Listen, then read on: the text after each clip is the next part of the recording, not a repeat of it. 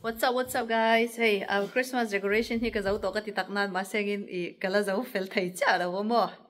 Achan chu I cushion kan ti mai chin throw pillow ate hi la da ka du wangin maro chu. Soi le soi no goin chu sum sen tam vak ka tum lo wangin. Kalai tam lei ka du chi box si lo wa hamaro chu ka faten en Walmart kan kalna tom tak ka ba mu fu lo maya attend karon le ya ma se ka du thu ka du za da dai lo wangin adang hi ke man ka bel don ni ka thui bel don ni chuma lai mi hi atlom te ka ba mu lo maya hi cheng ruk dollar ruk ma ne helaya ai dum le van en maro chu helaya hatia ai ornament lem te hi kemi pani ki set of chhuah ken in cheng so mani boka dollar so mani boka kami te pani ka kimchi asilo helai da tur le helai da tur hi kalama mo box ya chuwangin hei tropilo kan nei sa ho hi ang lo hi a khes ka thak ma yang ka tia bedsheet a hei bedsheet pon var a chuang liam ka nga box ya kha kha hemi sen nen hianin ngaram phua chawvel don ani me zan da riat abitoa ka fate po bible and share zau to a ti hian hai tv te an lo en ve panga ka in ka thui ve tlap tlau don ani It looks so good.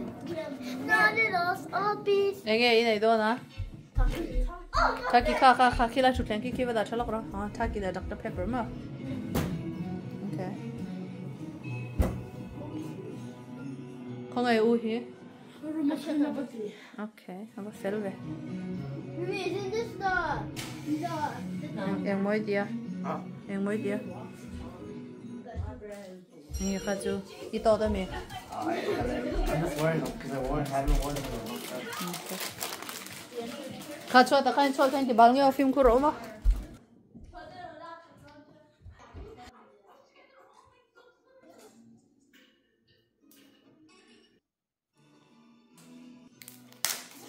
You also want this?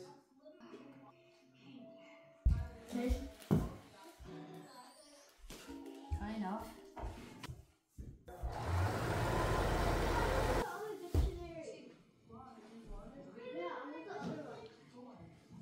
Hey guys, got me follow. That's an jo hemi zok ki te po da ang zok tu ran tu nan. An chan jo ano hi ang ho do na mo hai hi.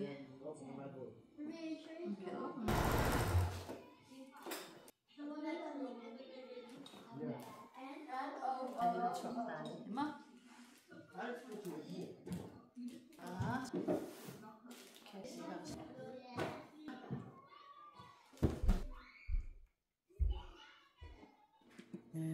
Thì hiện in cái xem chua cái mà sẽ cái đồ thu là sáng chế lâu vàng tuần rồi sẽ là hiện var cần những lâu lệ đó này a ribbon sen cái lấy mi là khi giấu tổ box ya hết lại mi bạc thì tiền hay cái xem bọc à vangin lại ta cái đó tôi hi alak lo alat ling zong in cần xem về lại nghe sen cho hay tiền buồn hay cái thui lâu na arai lấy to cái tiếng ai em lâu vàng cột nụ te hi cho mam te xem lem lâu mà sẽ try về chơi chơi này thì hiện in chuộc ta ni cho sen cho alat ling zong cái tia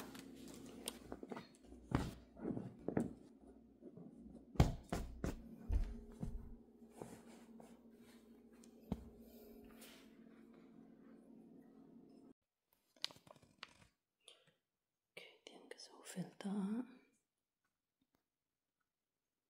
nó tự nhiên ăn lần đàn cái nấu tiền làm lệ đó nè tuần trước cái sinh bày to lo cái chảo to xong bắt lệ chân về to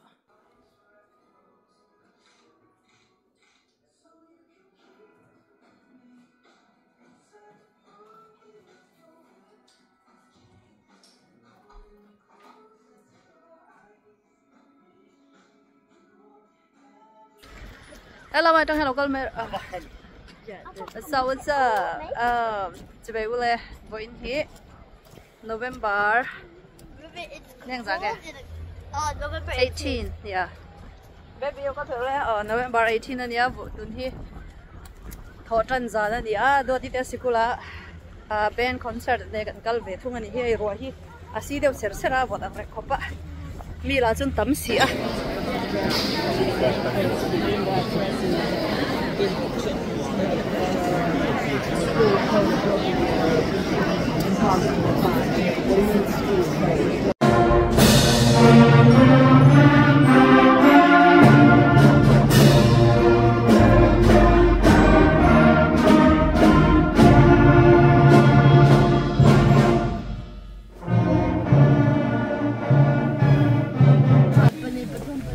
guys tonight muang hian hei ro hi asur na sa a ti chonin do ti band concert kha kan vakala Ngay screen.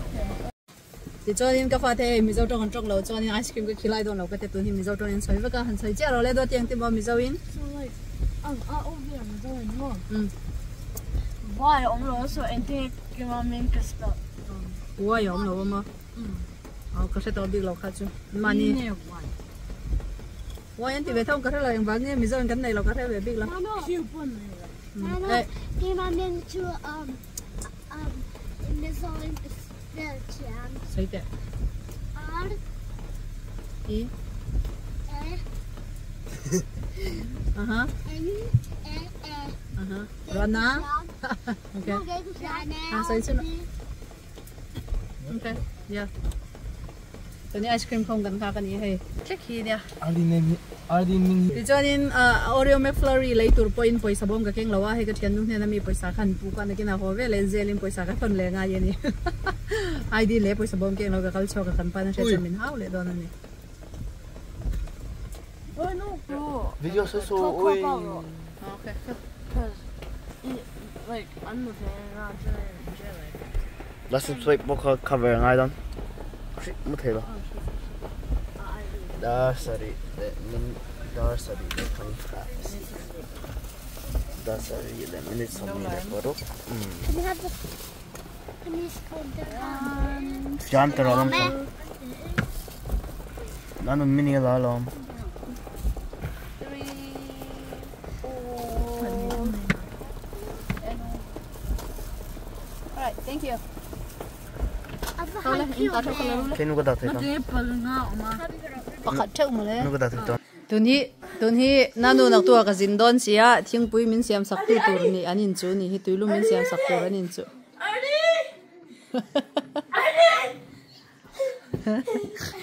in hau pon mi zo tong chau in hau thai ka ti khama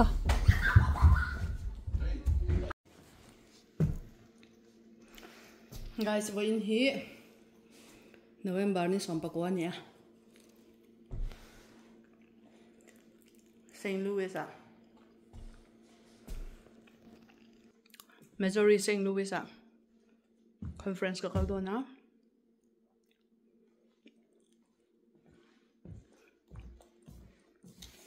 sorry ka ban na ito tok lak lo in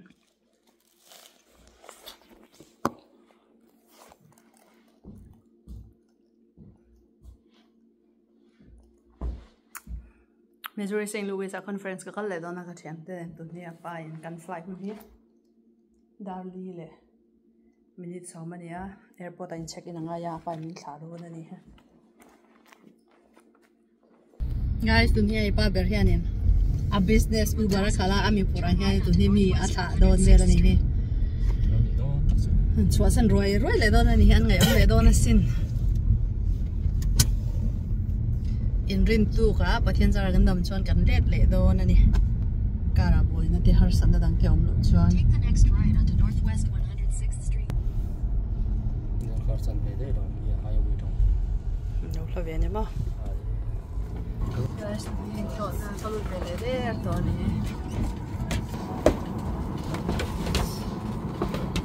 Southwest airline na nya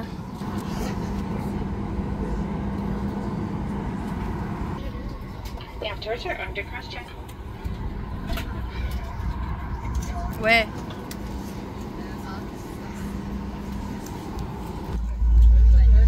Guys, di hay kan nunga kung kate hen alo lang thai lo ni tu ni kan phok sok kan to ni hi mo hay ta lai ta hay lo ti la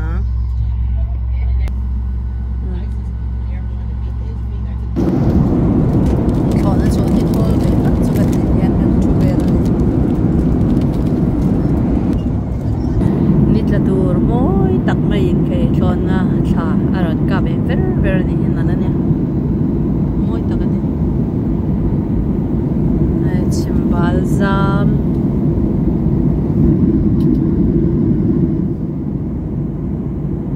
Balte azam roy mein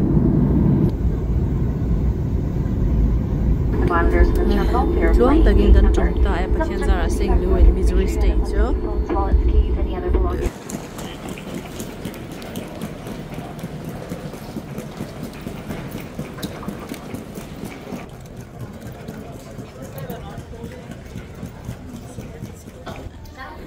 Tuni baggage claim na muna bag kan nek lo nan maro chu Uber kan call do na Uber lo theng le kan hotel ang be check in do na ni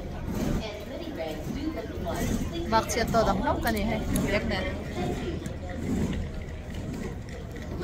Baggage from Southwest Airlines Flight 3395 arriving from Tulsa is now available at baggage claim 1. And if any bags do look alike, please check all luggage tags carefully. Thank you. Henda tu ra ni he. So we are finally.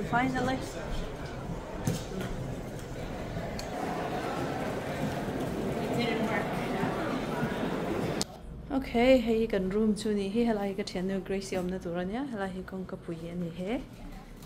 So let's see what is out there. Oh, that building is taller. What did you bring? Your son picture? Yeah, he just took it from school, so I just took it. I didn't have time. Oh, okay. Hey, is a view in here. Dinner time to bu fai om na cho om na kan zong ha.